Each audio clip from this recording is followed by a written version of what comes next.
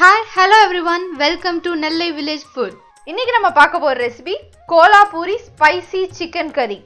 இந்த டிஷ்ஷோட colour, texture எல்லாமே சூப்பரா இருக்கும். இது நல்ல ஒரு கிரேவி பதத்துல இருக்கிறதுனால சப்பாத்திக்கு, ரைஸுக்கு எல்லாத்துக்குமே ரொம்ப சூட் ஆகும். அது மட்டும் இல்லாமல் இது டேஸ்ட்டும் எக்ஸலண்டா இருக்கும். இதை கண்டிப்பா நீங்க ட்ரை பண்ணி பார்க்கணும். இது ஒரு வீக்கெண்ட் ஸ்பெஷல் டிஷ்.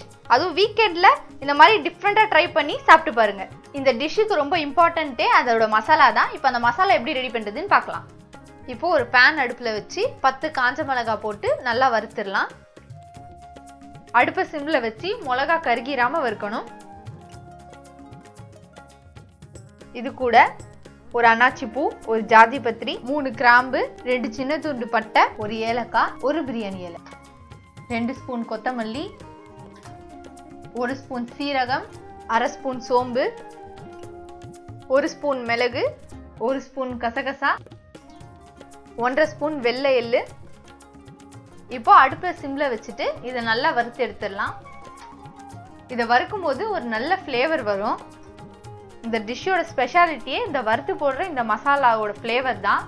இது நல்லா வாசனை வர அளவுக்கு வறுத்தாச்சு. இப்போ இது ஒரு பிளேட்டில் மாற்றி ஆற வச்சிடலாம். அடுத்ததா துருவி வச்சிருக்கிற 1/4 முடி தேங்காவை வறுத்துடலாம். அடுப்பை மீடியம் ஃப்ளேமில் வச்சுட்டு தேங்காய் நல்லா லைட் ப்ரௌன் ஆகிற அளவுக்கு நல்லா வறுத்துடலாம். தேங்காவை நல்லா வறுத்தாச்சு. இதையும் ஒரு பிளேட்டில் மாற்றி ஆற வச்சிடலாம். இப்போ வறுத்து வச்சிருக்க இன்க்ரீடியன்ட் எல்லாத்தையும் நல்லா ஒரு பேஸ்ட்டாக அரைச்சி எடுத்துக்கலாம். 1/2 கிலோ சிக்கன் வாங்கி நல்லா கழுவி வச்சுருக்கேன். இது கூட கொஞ்சமாக உப்பு சேர்த்துக்கலாம். சிக்கன் கூட அரைச்சி வச்சிருக்க மசாலாவை சேர்த்துடலாம். சிக்கனையும் மசாலாவையும் நல்லா மிக்ஸ் பண்ணிடுங்க. மிக்ஸ் பண்ணிவிட்டு இதை ஒரு 1/2 hour மேரினேட் பண்ணிடுங்க. கடாய் அடுப்பில் வச்சு 4 ஸ்பூன் நல்லெண்ணெய் ஊற்றிடலாம். எண்ணெய் சூடாயிடுச்சு. இது கூட 3 காஞ்ச மிளகாய் சேர்த்து நல்லா வறுத்துடலாம்.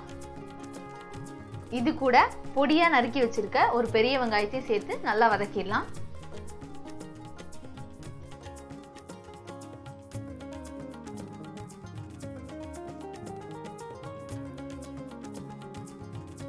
அரை ஸ்பூன் மஞ்சள் தூள், 1 ஸ்பூன் இஞ்சி பூண்டு பேஸ்ட், வெங்காயத்துக்கு தேவையான உப்பு, இது எல்லாத்தையும் சேர்த்து நல்லா வதக்கிடலாம்.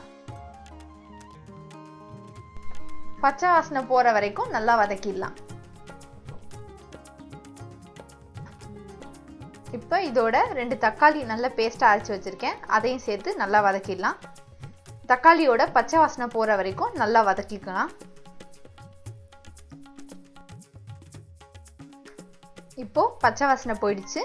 இது கூட நம்ம மேரினேட் பண்ணி வச்சிருக்க சிக்கனை சேர்த்துடலாம்.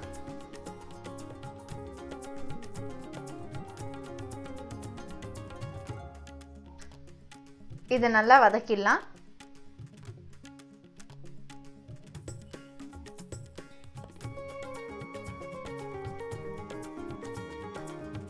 இப்போ மசாலாவும் சிக்கனும் சேர்ந்து நல்லா வதங்கட்டும். இது ஃப்ளேவரே அட்டகாசமா இருக்கு. பார்க்கவும் ரொம்ப அழகா இருக்கு.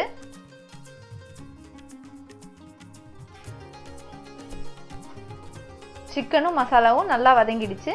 எண்ணெயும் நல்லா மேலே மிதந்து வந்துருச்சு. இது கூட சிக்கன் வேகிற அளவுக்கு தண்ணி சேர்த்துக்கலாம். இப்போ இதை நல்லா மிக்ஸ் பண்ணிடலாம்.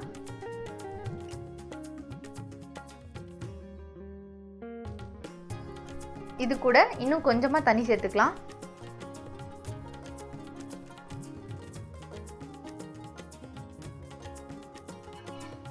இதை நல்லா மிக்ஸ் பண்ணி கொதிக்க விட்டுறலாம். இப்போ சிக்கன் நல்லா கொதிச்சிருச்சு.